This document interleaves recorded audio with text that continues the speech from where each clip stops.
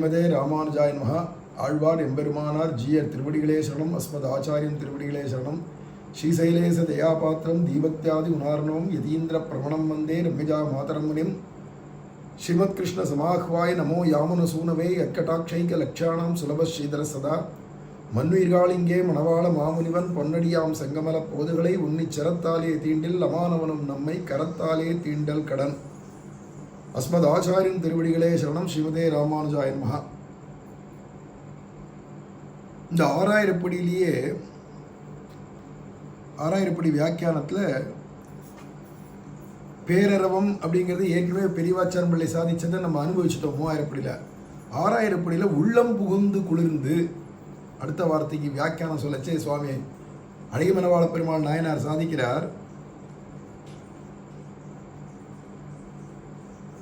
இங்கே ஒருத்தன் ஹரி என்றது கேட்டு ஒருவர் இருவராய் ஊராக ஹரி எங்கையாலே பிராதேசிகம் அன்றிக்கே திருவாய்ப்பாடி எல்லாம் இந்த மகாத்வனியே ஆய்த்து உள்ளம் புகுந்து கிருஷ்ண விரகத்தாலே கமர் பலந்து கிடந்த ஹிருதயமானது ஒரு நீர் பாய்ச்சினார் போலே பதம் செய்து குளிர்ந்து மறுநீர் பாய்ந்தார் போலே குளிர்ந்தது அப்படின்னு இங்கே வியாக்கியானம் பண்ணார் அழகிமனவாள பெருமாள் நாயனார். ஒருத்தர் சொல்றது அப்படின்னு இல்லாத, ஒருத்தர் 2 பேரும் இல்லாத, ஊரடைக்க அத்தனை பேர் ஹரி ஹரி ஹரி அப்படின்னு ஒரே சமயத்தில் சொல்றதுனால அது பேரறவமா பேர் இறைச்சலா போச்சு அப்படிங்கிறத சொல்லி இது மகாத்வனியா போச்சுன்னார். உலகத்துக்கே கேட்குற மாதிரி துவனியா போயிடுது. அதனால என்ன ஆச்சுன்னா உள்ளம் புகுந்து குளிர்ந்து. உள்ளம் புகுந்து குளிர்ந்துன்னா 2 பேர் அதிகாரிகள் 2 வித காரணத்தினால உள்ளம் உஷ்ணமா இருக்கும். ஒன்று பிரேம பக்தாளாக இருந்தான்னா அவள் மனசும் கொதிச்சுன்னு கிடக்கும். ஏன் கொதிக்கிறதுனா விரகத்தினால. பகவான் வந்துட்டா குளிர்ச்சியாக இருக்கும், பகவான் வரல நேரம் அப்படின்னு வச்சு அந்த விரகம்ன்றது ஒன்று இருக்குல்ல, பிரிவாற்றாமைன்னு, அதனால உள்ள அப்படியே எரிஞ்சின்னு கிடக்கும், புழுங்கின்னு கிடக்கும். ஐயோ பகவான் வரலையே, பகவான் ஒன்றும் உருவம் சுவடும் உருக்காட்டான்லாம் சொல்கிறது மாதிரி எனக்கு காட்சி கிடைக்கலையே, காண வாராயே ஏகமென்னும் ராப்பகல் இன்றி ராத்திரி பகலும் தூக்கம் இல்லாத ஏங்கி கிடக்கிறது அப்படின்னா ஆழ்வார்கள் சொல்கிறா இல்லையா. அவ மனசும் அப்படியே பொங்கிண்டு அப்படியே கொதிச்சுன்னு இருக்கும் விரகத்தினால.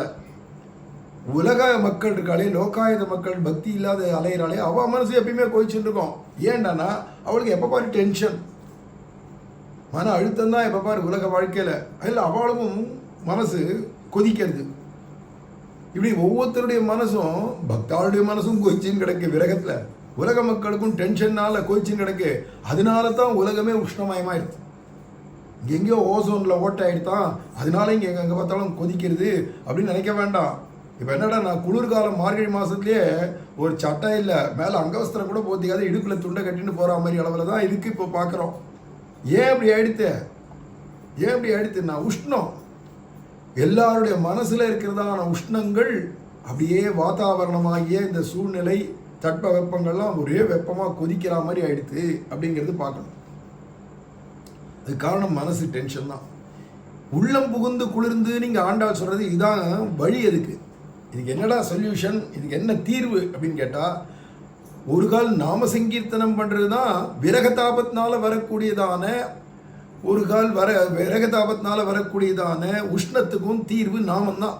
பக்தாளுக்கு, பிரபன்னனுக்கு, பிரேம பக்தனுக்கு. இதே உலகாயுத மக்களாக இருக்கட்டும், அவளுக்கெல்லாம் உலக விஷயத்தினால வர டென்ஷன் இருக்கிறதுனால மனசு அப்படியே கொதிச்சுன்னு இருக்கு. அவளுக்கும் எதிரானா இந்த நாம சங்கீர்த்தனம் உள்ள புகுந்தாதான் அவள் ஹிருதயம்லாம் குளிரும். இப்படி எல்லா மக்களுடைய ஹிருதயமும் குளிர்ந்தாச்சுன்னா வாதாவரணமே குளிர்ச்சி ஆகிடும், சூழ்நிலைகள் தட்பவெப்பநிலையே குளிர்ச்சி ஆகிடும். எங்கே பார்த்தாலும் இயற்கை பசுமையாக இருக்கும். இல்லைன்னா காஞ்சி போய் தான் கிடக்கும். உன் மனசு வறண்டு காஞ்சி போன மாதிரி தான் 2 பேர் மனசு காஞ்சி போல உலகத்தில் இருக்கிற அத்தனை பேருடைய மனசும் காஞ்சி கிடக்கு.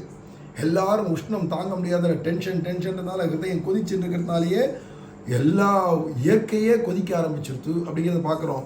அதுக்கு ஆண்டாள் நமக்கு என்றைக்கோ 5000 வருஷம் முன்னாடியே சொல்லி கொடுத்துட்டா, திருநாமத்தை சங்கீர்த்தனம் பண்ண ஒவ்வொருத்தருடைய மனசா குளிர உலகமே குளிரும், சூழ்நிலையே குளிரும், வாதாவரணமே மாறும் அப்படிங்கிறத அர்த்தத்தில் கமர் பிளந்து கிடந்த ஹிருதயமானது அப்படிங்கிறது, கிருஷ்ண விரகத்தாலே கமர் பிளந்து கிடந்த ஹிருதயமானது ஒரு நீர் பாய்ச்சினார் போலே பதம் செய்து அப்படியே சாந்தனமாகி குளிர்ச்சேட் அப்பாட ஹரிநாமன் சொல்ல அப்படிங்கிறத எடுத்து காட்டுறாருங்க அன்னைக்கே. அதனால நம்ம உலகத்தில் இவ்வளோ உஷ்ணம் இருக்கே, அது இருக்கே, இது இருக்கிற எல்லாத்துக்கும் காரணம் வேற எதையும் சொல்லாதீங்கோ, நம்ம ஒவ்வொருத்தரும் நாமம் சொல்லலைன்றது தான் காரணம் அப்படிங்கிறார் அழகிய மனவாள பெருமாள் நாயனார். உலகத்தில் எல்லாரும் ஏதோ ஒரு காரணத்தை வச்சுட்டு கோவிந்தா, ராமானுஜா, நாராயணான்னு ஏதோ ஒன்று சொல்ல ஆரம்பிச்சிட்டான்னா, பகவானுடைய திருநாமத்தை சொல்லிட்டாளான்னா உலகம் மனசும் குளிர்ந்துரும், வெளியில் உலகமும் குளிர்ந்துரும் அப்படிங்கிறத இங்கே காட்டுறார். ரொம்ப அற்புதமான வியாக்கியானம் இந்த இடத்துல சுவாமி அழகிய மனவாள பெருமாள் நாயனாருடையது. ஆழ்வார் எம்பெருமானார் ஜீயர் திருவடிகளே சரணம். அஸ்மத் ஆச்சாரியம் திருவடிகளே சரணம். ஸ்ரீமதே ராமானுஜாய நமஹா.